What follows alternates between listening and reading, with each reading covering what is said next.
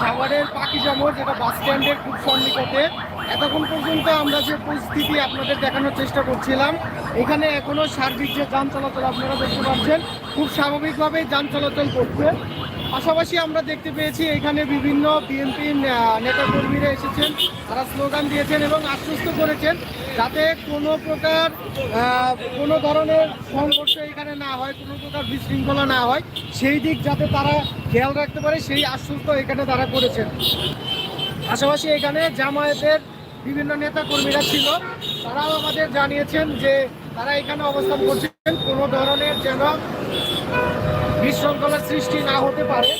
এবং যে বিষয় নিয়ে সবাই ছিল যে সাভারে এখন কি পরিস্থিতি, কোনো প্রকার যান চলাচল হচ্ছে কিনা, কোনো ধরনের দুর্ঘটনা বিশৃঙ্খলা হচ্ছে কিনা, যেটা আমরা দেখতে পেয়েছি এখন পর্যন্ত কোনো ধরনের বিশৃঙ্খলা হয়নি এবং যান চলাচল খুব স্বাভাবিক অন্য দিনগুলোর মতো আজকেও আছে।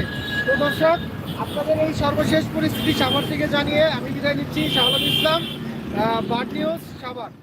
পরবর্তী সংবাদ দেখার জন্য আমন্ত্রণ এবং সাবস্ক্রাইব করে বার্ড নিউজের পাশে থাকুন।